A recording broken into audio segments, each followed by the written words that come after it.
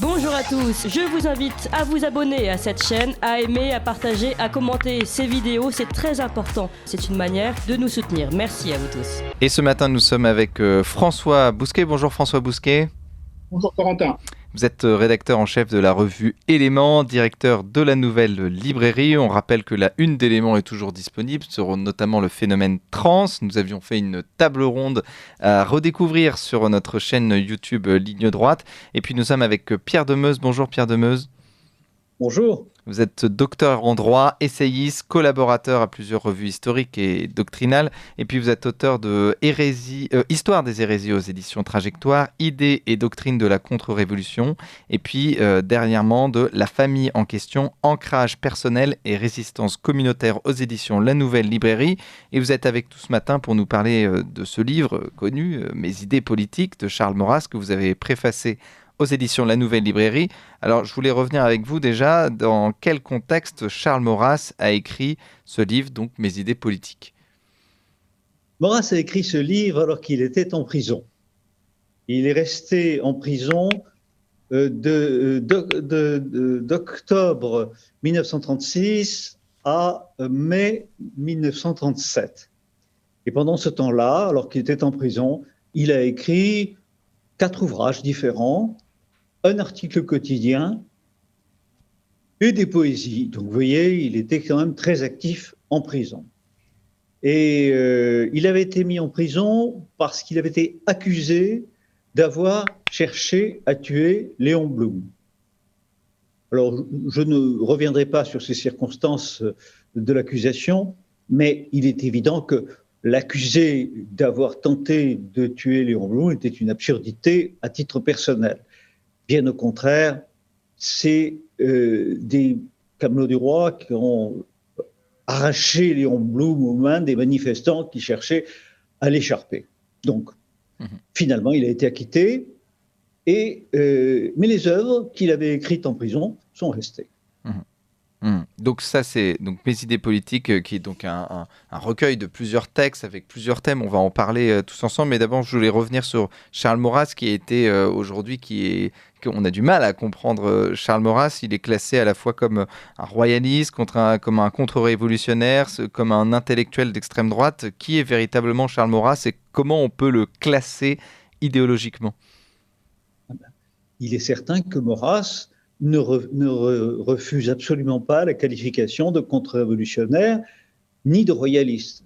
Mais c'est un contre-révolutionnaire un peu spécial parce qu'il a su faire la conciliation entre la pensée nationaliste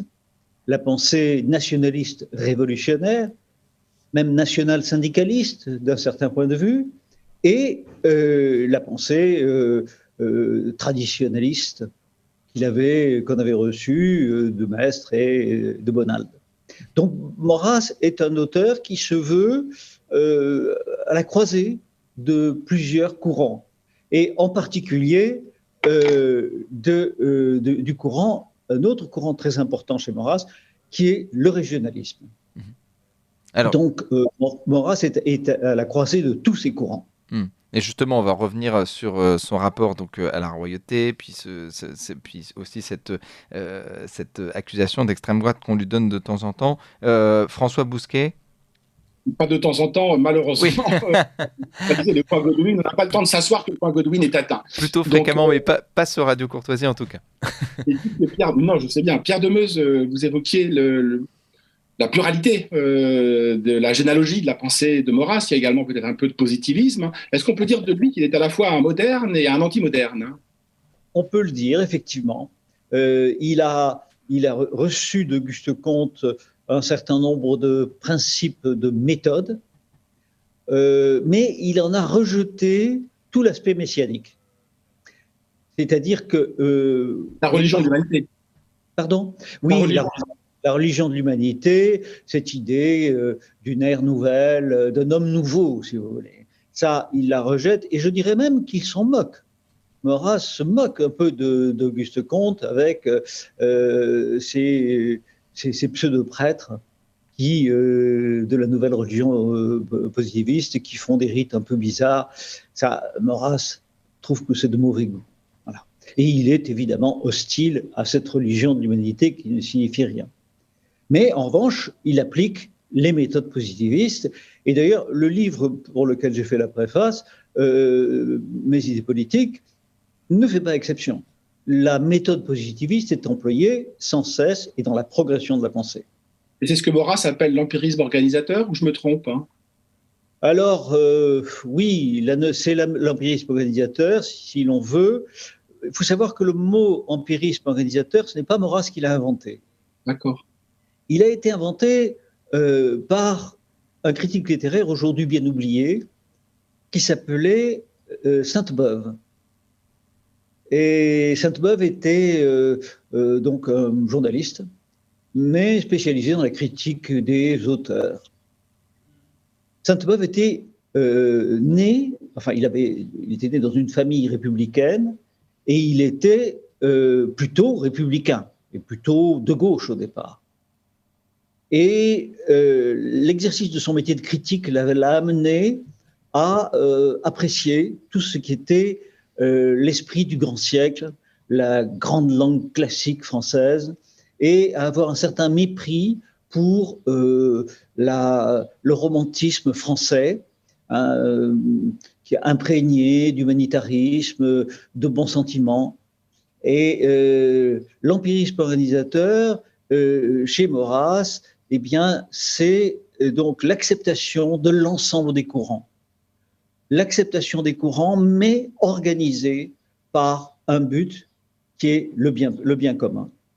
C'est cela que représente l'empirisme organisateur.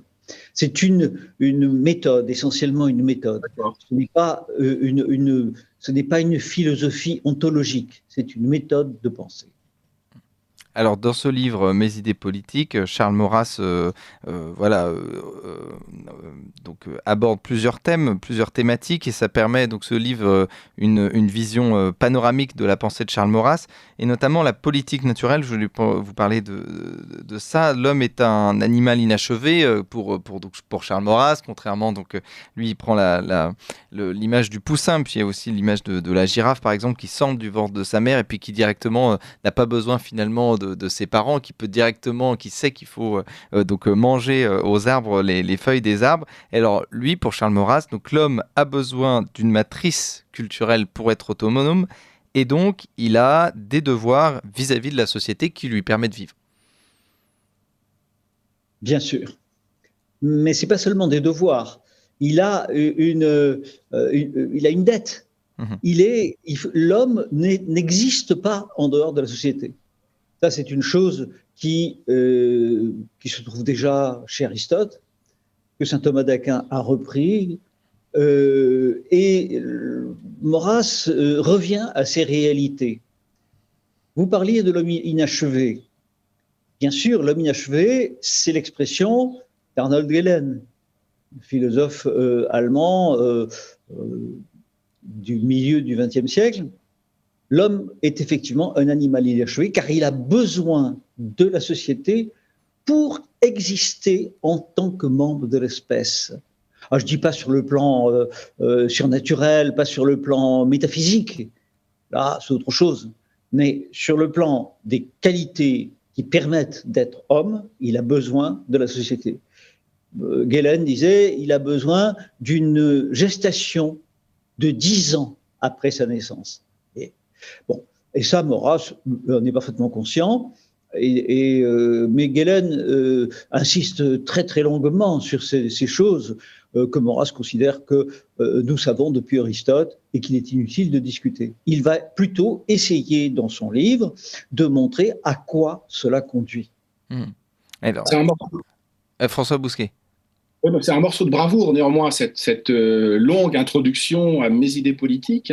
Question, Pierre Demeuse, pourquoi Maurras a écrit ce livre aussi tardivement ? Puisqu'il l'écrit au seuil quasiment de ses 70 ans. C'est un récapitulatif, en réalité, de sa pensée. Il y a des passages qui sont inédits, l'introduction sur la politique naturelle, mais après, le reste, ce sont des papiers qui ont déjà paru. Pourquoi ? Parce que sa doctrine allait de soi ?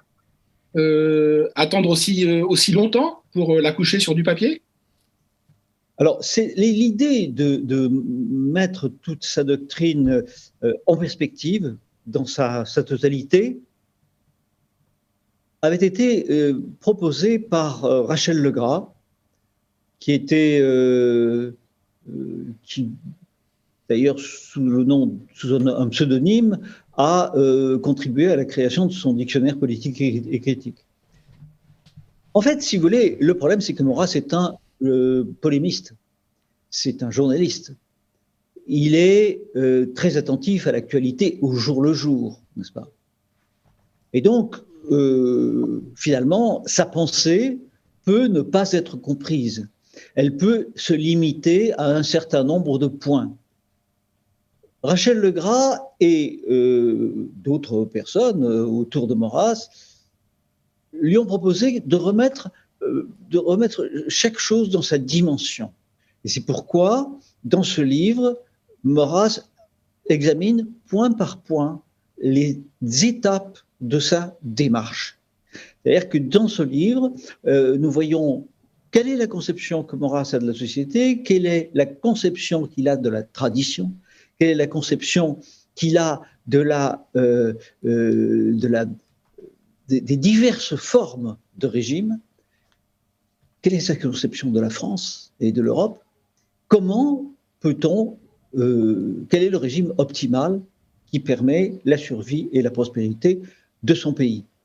Et puis, Maurras critique les erreurs, ce qu'il appelle les erreurs, c'est-à-dire les doctrines révolutionnaires, la doctrine de la souveraineté démocratique, les idéologies, les a priori, les conceptions erronées du progrès, etc. Donc, il reprend l'ensemble des éléments. Ce qui est important dans mes idées politiques, c'est qu'il n'y a pas d'invective.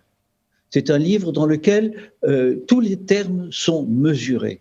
Pas comme dans un journal, pas comme dans un article de journal. Vous comprenez, quand Maurras dit qu'il faut coller 12 balles dans la peau de tel ou tel autre, ou tel homme politique, c'est de l'invective, c'est de la polémique. C'est pas ça dans mes idées politiques, tout est mesuré. Tout est exclusivement destiné à la formation de l'esprit. Bon. Ce qui est important dans ce livre, c'est sa progression et le fait qu'on n'a pas omis un point de vue particulier dans la pensée de Maurras. Et justement, donc c'est un livre pour prendre justement de la hauteur sur l'actualité. C'est vrai qu'il était donc journaliste, qui commentait l'actualité régulièrement. Là, c'est justement voir un peu quelle est sa matrice idéologique. Et puis il parle de la loi naturelle. Alors pour lui, les sociétés humaines sont naturelles. Et Charles Maurras donc va étudier les sociétés humaines comme une science, même si il refuse de se conformer complètement à la biologie à l'époque. Et donc pour lui, la société n'est pas un agrégat volontaire, mais naturel et qui est indispensable pour l'homme. Absolument. La société n'est pas un agrégat volontaire, vous l'avez dit. La société, elle préexiste à l'homme. C'est ça qui est très important. Et ça, Maurras l'a tiré de la politique d'Aristote, puisque vous savez que pour Aristote, la société, il n'y a pas la différence entre nature et culture telle que nous l'avons aujourd'hui dans la société, dans la philosophie post-hégélienne que nous avons. Pour Aristote, la société, elle fait partie de la nature, exactement comme les oiseaux, les poissons, les animaux, c'est la société, c'est la nature. Et la société humaine, elle est aussi naturelle. Ça, c'est très important à comprendre parce qu'il faut d'abord savoir de quoi on parle. Vous voyez ?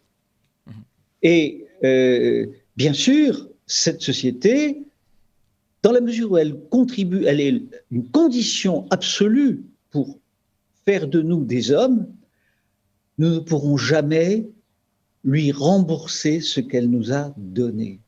Ça, c'est la notion très importante.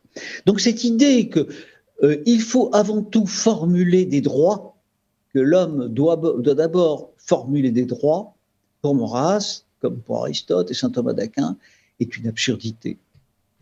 Parce que,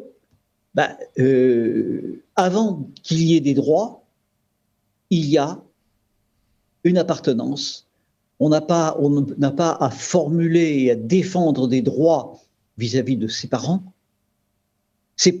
Vos parents ont eu des devoirs à votre égard, pas seulement à votre égard, mais à l'égard de toute l'espèce humaine à travers votre naissance. Voilà comment la société s'est construite au cours des âges et depuis le début. Voilà. Il y a un principe fondamental, d'où cette critique très, très fondamentale des droits de l'homme. Les droits de l'homme qui sont l'idée que l'homme, dès sa naissance, reçoit des droits que l'on énumère. Ces droits qui, en fin de compte, n'ont pas été respectés par toutes les sociétés, loin de là. Et je dirais même que la majorité des sociétés n'ont pas respecté, ce qui conduit à dire que le passé est systématiquement dévalorisé par cette théorie des droits de l'homme. Donc Maurras est tout à fait hostile à cette philosophie, cette idéologie. Ce n'est pas une attitude juridique, ce n'est pas une législation, c'est une idéologie. Alors après, Maurras va détailler peu à peu, analyser son temps également, parler de son temps, de ce que la modernité a apporté en bien et en mal. Et dites, Pierre de Meuse, avant d'aborder la question du roi ou du projet maurassien et de la doctrine maurassienne, hein, l'autre point d'achoppement, je redis avant d'aborder la question de la monarchie, oui. Les droits de l'homme, vous l'avez évoqué au début, c'est l'idée qu'il n'y a pas de société auto-instituée. C'est l'adversaire, c'est Rousseau. C'est le contrat social de Rousseau. C'est ça le vrai adversaire de Maurras. Hein. Oui, bien sûr. Anthropologique. Hein. Oui.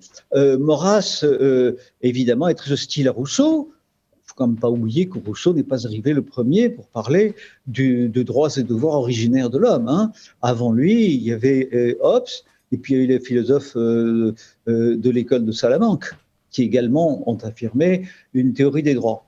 Donc oui, Maurras est tout à fait hostile à ces théories, puisqu'il est thomiste, puisqu'il est aristotélicien, et qu'il estime il estime avec raison, parce que comme dit, c'est l'expérience qui le montre, qu'aucun homme que les droits que l'on a, car tous les hommes ont toujours eu des droits, mais les droits que les hommes ont et ont eu depuis toujours, ils les reçoivent de la société. Ils ne les reçoivent pas de leur propre naissance. Enfin, c'est quelque chose d'extrêmement important à comprendre. Alors, oui, bien sûr, c'est essentiel cette notion. Je voulais revenir sur la notion d'inégalité naturelle. On va revenir sur plusieurs thèmes, hein, notamment le progrès, l'héritage, la liberté, avant d'aller sur le projet véritablement politique de Charles Maurras, notamment sur l'inégalité naturelle. Alors aujourd'hui, évidemment, c'est complètement politiquement incorrect de dire ça, qu'il y a donc une inégalité incorrecte, que l'individu finalement est rien face au tout de la société. Et donc, il y a un rejet de l'individualisme de la part de Charles Maurras, lui, qui se concentre plus sur la personne humaine que sur l'individu. Oui, Maurras rejette l'individualisme. L'individualisme qui est le fruit, de la philosophie du XVIIIe siècle, et aussi, il faut bien le reconnaître, d'une certaine attitude protestante, qui considère, et même, mais ça Maurras ne l'acceptait pas, hein, là sur ce point, il y avait un débat assez sévère qui existait entre Maurras et Boutan, mais même chez Descartes. Lorsque Descartes dit que notre entendement, l'entendement permet de comprendre l'ensemble des problèmes qui se posent à nous, non, bien sûr que ce n'est pas vrai. Que tout le monde n'est pas en mesure d'avoir la même connaissance et la même compréhension de certaines sciences et de certaines réalités, n'est-ce pas ? Et ça, effectivement, l'individualisme égalitaire est un présupposé négatif de Maurras. Maurras ne l'admet pas. Hein. L'inégalité protectrice, c'est effectivement l'un des tout premiers chapitres de Mes idées politiques, et je dois dire que quand je l'ai lu pour la première fois, à l'âge de 16 ans, eh bien, ça m'a un peu choqué, Et bien Parce justement, que, on va revenir là-dessus, on va revenir sur le fait que ça puisse choquer évidemment aujourd'hui, parce que évidemment il y a des années de progressistes notamment qui ont fait leur œuvre. Mais en attendant, vous connaissez la règle, François Bousquet, il est 9h, c'est l'heure du bulletin d'actualité d'Adèle Rosner. Ligne droite. Très haut, il y a une place pour nos idées. Vue de haut. Alors Pierre Demeuse, nous étions avec vous, vous nous parliez de la première fois que vous avez lu donc Mes idées politiques de Charles Maurras à 16 ans, donc déjà il y a un sacré bagage culturel quand même. Donc et à 16 ans, mais à 16 ans ça vous a tout de même choqué cette notion d'inégalité naturelle. oui, ça m'a choqué parce que j'avais été formé par déjà 10 années d'enseignement d'éducation nationale. Bon, et qu'effectivement, la notion d'égalité est considérée comme une dimension essentielle. Mais il faut bien comprendre que Maurras ne nous dit pas dans son livre ce qui doit être. Il nous dit ce qui est. Quelles sont les règles qui ne se démentent pas à travers l'histoire et qui forment la constitution des sociétés. Or, cette réalité, c'est que les hommes ne sont pas égaux. Ils ne sont pas égaux ni par la force intellectuelle, ni par la force physique, ni par le courage, ni par le caractère. Et donc, ceci ne change rien si on accepte une vision spiritualiste de l'homme, ça n'empêche pas de dire qu'il y a une dimension qui n'est pas mesurable dans l'homme. Effectivement, dans chacun de nous, une dimension qui fait de nous, de chaque individu, un être irremplaçable. Mais en réalité, sur le plan de l'expérience, c'est-à-dire des effets que nous avons sur notre temps, sur notre environnement, bien, nous ne sommes pas égaux. C'est clair. Que faut-il faire ? Oui. François Bousquet. Oui, mais rien de nouveau sous le soleil, Pierre Demeuse. Je veux dire, c'est ce qu'on trouve déjà chez Aristote. Hein. Mais justement, bien sûr, mais ce n'est pas du tout ce qu'on trouve dans les philosophes dont on nous abreuve depuis 2 siècles. C'est évident, ça va radicalement à l'encontre. Cette constatation est considérée comme obscène. Elle va radicalement à l'encontre de ce sur quoi nous sommes formés depuis 2 siècles. Et pourtant, c'est celle de la philosophie classique. Hein. Pardon ? Pourtant, c'est cette vision-là est celle de la philosophie classique. Ah, mais absolument, mais nous ne vivons pas sous le régime de la philosophie classique. Du tout. Hein ? Donc, alors, le message de Maurras face à ça, c'est de dire, bon, qu'est-ce que la société fait de cette inégalité ? Et Maurras montre quelle a été la progression des sociétés, en ce sens que dans les sociétés primitives, au niveau, je dirais, presque préhistorique, il y a la règle, c'est le massacre. Quand il y a la guerre entre 2 tribus, c'est l'extermination. Et c'est ce qui était encore le cas il y a quelques années, quelques décennies, en Afrique. Effectivement, en Afrique, les grands conquérants, ils tuent tous les hommes, ils empoisonnent les puits, comme ça la population est exterminée, ils gardent à la rigueur les femmes comme esclaves, mais ensuite ils occupent le pays et ils l'annexent. C'est une façon d'évolution, une manière d'évolution choquante certainement sur l'égard à nos principes, mais cette manière de voir, cette manière de faire, a changé à partir du moment où on a inventé, devinez quoi ? L'esclavage. Là, je dois dire que c'est dur à avaler quand vous lisez ça chez Maurras. L'esclavage a été un progrès, en quelque sorte. Vous voyez l'attitude de grande liberté d'esprit de Maurras qui, de manière positiviste, applique une grille de lecture qui est simplement factuelle par rapport à l'histoire, par rapport aux sociétés. Alors, rassurez-vous, ça n'a pas fait de moi un partisan de l'esclavage, loin de là. Mais il est de fait que, après tout, si à tout prendre, peut-être qu'il vaut mieux mettre les gens en esclavage que les massacrer tous. Donc voilà quelle est la façon de raisonner. Et c'est choquant peut-être, hein. C'est difficile à admettre.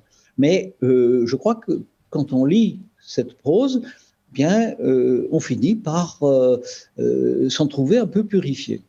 Alors, François Bousquet, avant d'aller sur le terrain évidemment politique avec la critique de la démocratie de Charles Maurras et puis sa solution par la royauté, notamment, enfin par le nationalisme et puis aussi par le rétablissement d'un roi, je voulais parler de la notion de liberté, notamment Charles Maurras qui dit « La liberté n'est pas au commencement mais à la fin, elle n'est pas à la racine mais aux fleurs et aux fruits de la nature humaine, ou pour mieux dire de la vérité, on est plus libre à proportion qu'on est meilleur. » Alors on a parlé de Rousseau tout à l'heure et puis il parle notamment de l'état sauvage, il dit la liberté est celui du plus fort. Alors vous parliez de l'esclavage tout à l'heure aussi.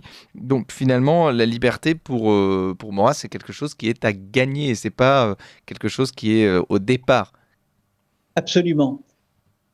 Sont libres les sociétés qui sont suffisamment stables, suffisamment bien construites pour connaître une certaine mobilité et une certaine possibilité de marge, une marge d'action d'abord pour les groupes et en fin de compte, après tout, pour les individus. Voyez ? Car les libertés, pour Maurras, ça c'est un point très important, ne sont pas avant tout individuelles, elles sont collectives. C'est très important de comprendre ça parce que Maurras est un homme qui adore la liberté, qui est resté toujours extrêmement fidèle à la liberté, qui d'ailleurs, par certains côtés, est extrêmement frondeur.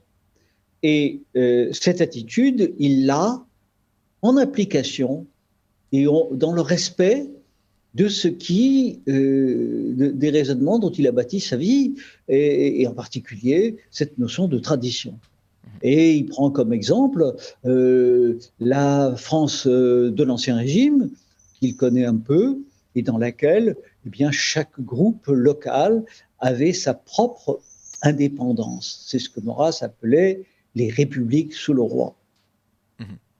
Et c'est très important, cette façon de raisonner. C'est pour ça que Maurras a commencé par être régionaliste, à être fédéraliste, comme il disait, avant de devenir nationaliste. Alors justement, François Bousquet, là-dessus, sur le modèle politique de Charles Maurras. Pour néanmoins quand même corroborer ce que dit Pierre de Meuse, parce que c'est des libertés au pluriel, hein, des libertés concrètes, hein, des libertés charnelles. Hein. Mais oui, venons-en, Pierre de Meuse, au cœur du cœur de la pensée maurassienne, hein, qui est la nature et la hiérarchie du meilleur régime politique. Je ne sais pas si vous vous souvenez d'un livre de Vladimir Volkov qui s'intitulait « Pourquoi je suis modérément démocrate hein ». Et c'était une litote chez Volkov. Hein. Il était résolument antidémocrate. Hein. Qu'est-ce que Charles Maurras reprochait à la démocratie qui est le régime par excellence des modernes, en tout cas des modernes en Europe et en Occident? D'abord, il faut bien comprendre que quand Maurras parle de démocratie, il ne l'emploie pas dans le sens qui est celui de notre temps. Parce que les mots évoluent, changent de sens et d'acception. Aujourd'hui, quand on parle de démocratie, on parle de quoi ?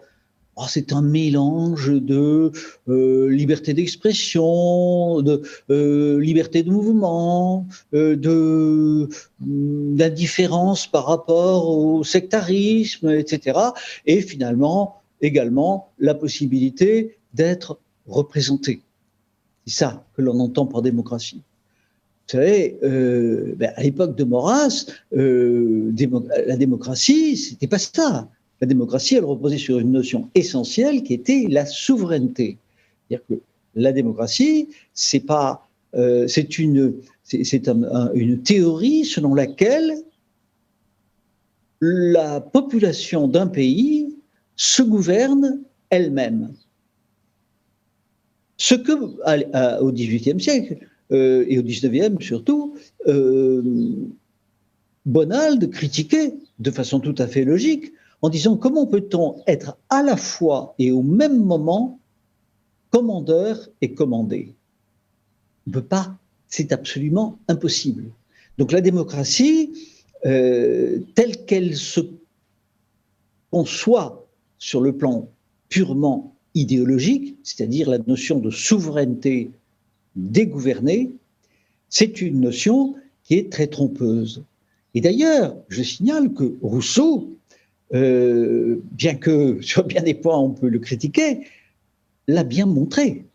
Rousseau dit la démocratie indirecte, la démocratie représentative, n'est pas une démocratie.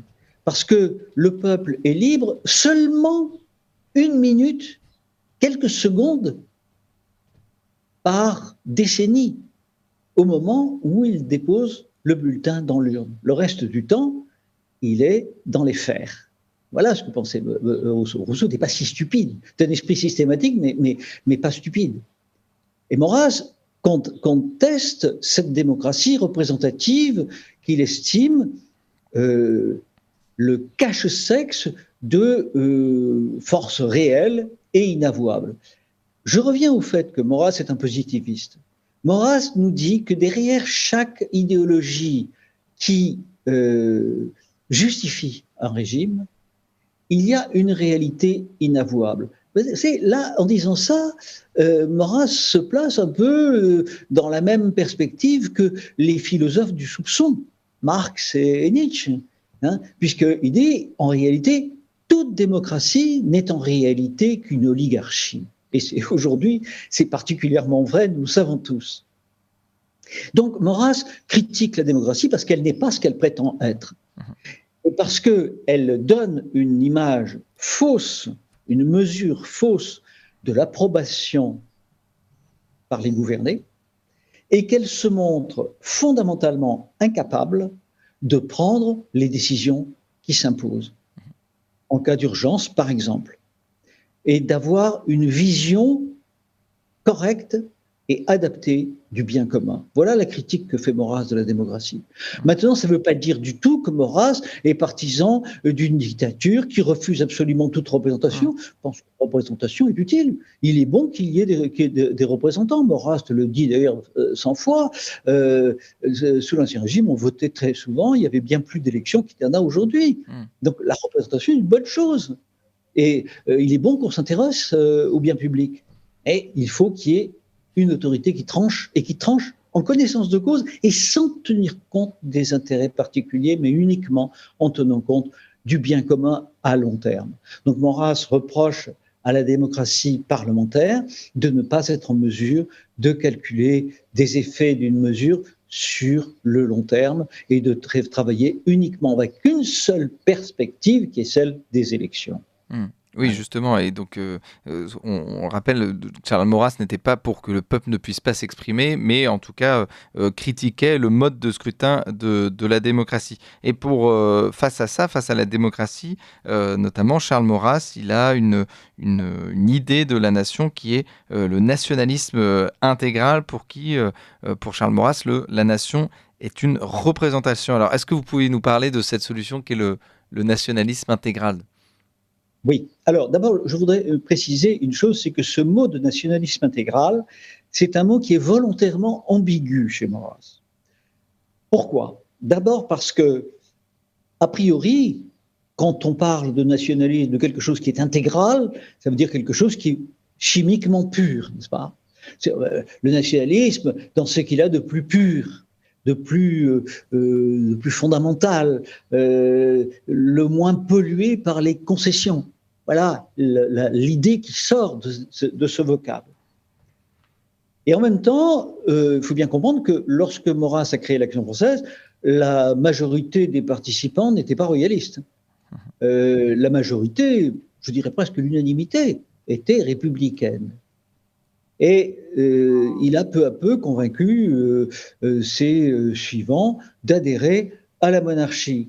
Et donc, il a réussi à les convaincre en s'appuyant sur un raisonnement poussé jusqu'à son terme. C'est pour ça qu'il dit le nationalisme intégral, c'est la monarchie, parce qu'il conduit le raisonnement à la monarchie à la manière d'une intégrale en mathématiques.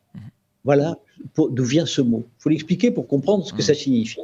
Alors, l'idée, c'est que la nation, l'intérêt de la nation, le bien commun, ne peut pas être mieux géré que par un monarque héréditaire. Voilà. qui est Oui, le meilleur argument. alors, François Bousquet, Pierre Demeuse, il faut maintenant conclure donc cette interview. Je voulais juste, très brièvement, aujourd'hui, l'héritage politique de Charles Maurras, comment il se décrit, enfin, qui est l'héritier politique, enfin, quels mouvements sont les héritiers aujourd'hui de Charles Maurras? Eh bien, je dirais une chose, c'est que d'abord, il y a plusieurs mouvements qui s'étagent selon les divers degrés groupusculaires, mais il y a plusieurs mouvements, il y a plusieurs journaux, certains disparaissent. Nous avons connu à une époque la Nation française de Boutan qui a eu un certain succès, Aspect de la France qui a disparu. Bon, il y a un certain nombre d'organes, mais il faut bien reconnaître que la pensée maurassienne, la critique maurassienne, elle ne se fait pas exclusivement au sein des mouvements qui se prétendent ou qui sont héritiers de l'Action française fondée par Charles Maurras. Donc il y a, je dirais, une Action française hors les murs. Et beaucoup d'auteurs, beaucoup de penseurs, je ne sais pas moi, par exemple Bock-Côté, par exemple, ou Zemmour. par exemple, quelquefois, Zemmour a des accents maurassiens. Ont des influences de Charles Maurras. Merci beaucoup à vous, Pierre Demeuse. On rappelle que vous êtes docteur en droit essayiste. On rappelle le titre de vos livres, Histoire des hérésies aux éditions Trajectoire, Idées et doctrines de la contre-révolution, et puis la famille en question, Ancrage personnel et résistance communautaire aux éditions La Nouvelle Librairie. Et merci à vous, François Bousquet. Je rappelle, vous êtes rédacteur en chef de la revue Éléments et directeur de La Nouvelle Librairie. Merci à tous les deux.